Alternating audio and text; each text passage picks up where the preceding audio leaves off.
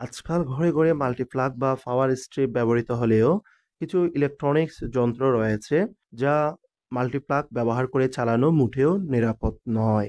ভুলভাবে ব্যবহার করলে শুধু যন্ত্রটি নষ্টই হয় না, কখনো কখনো অগ্নিকাণ্ডের ঝুঁকিও তৈরি হয়।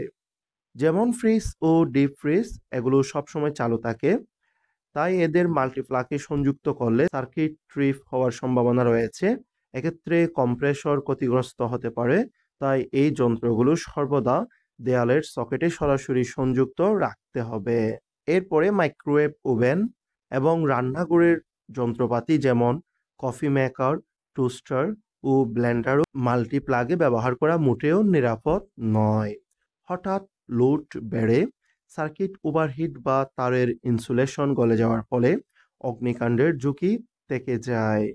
Space heater, air conditioner, hair dryer ও স্ট্রেটনারও সরাসরি দেয়ালের সকেটে সংযুক্ত করা উচিত। সে সাথে চিকিৎসা সংক্রান্ত যন্ত্র যেমন সিপিএপি মেশিন বা অক্সিজেন কনসেন্ট্রেটরের জন্যও স্থিতিশীল ও নিরবিচ্ছিন্ন বিদ্যুৎ প্রয়োজন। মাল্টিপ্লাগ ব্যবহার করলে হঠাৎ বিদ্যুৎ ওঠানামা করার সম্ভাবনা রয়েছে। এক্ষেত্রে যন্ত্র বন্ধ হয়ে জীবনহানির ঝুঁকিও তৈরি হতে পারে।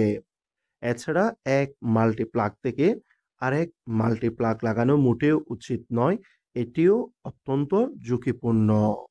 বিশেষজ্ঞদের পরামর্শ অনুযায়ী যে সকল যন্ত্র থেকে তাপ উৎপন্ন হয়, মোটর আছে বা 1000 ওয়াটের বেশি বিদ্যুৎ ব্যবহার করে, সেগুলো কখনো মাল্টিপ্লাগে ব্যবহার করা উচিত নয়। তবে ফোন চার্জার, টেবিল ল্যাম্প বা ছোট ইলেকট্রনিক্সের জন্য মাল্টিপ্লাগ ব্যবহার করা নিরাপদ। কিন্তু ভারী যে সকল যন্ত্র রয়েছে সেগুলোর জন্য মাল্টিপ্লাগ ব্যবহার না করে দেওয়ালের সকেটে ব্যবহার করাই হচ্ছে সবচেয়ে বেশি সুরক্ষিত এবং নিরাপদ। বৈদ্যুতিক যন্ত্রপাতিগুলোর সঠিক ব্যবহারের নিয়ম মেনে চলুন। এক্ষেত্রে যন্ত্রটিও হবে টেকসই এবং দীর্ঘদিন ব্যবহার করা যাবে এবং সেই সাথে দুর্ঘটনার ঝুঁকি থেকেও রক্ষা পাওয়া যাবে।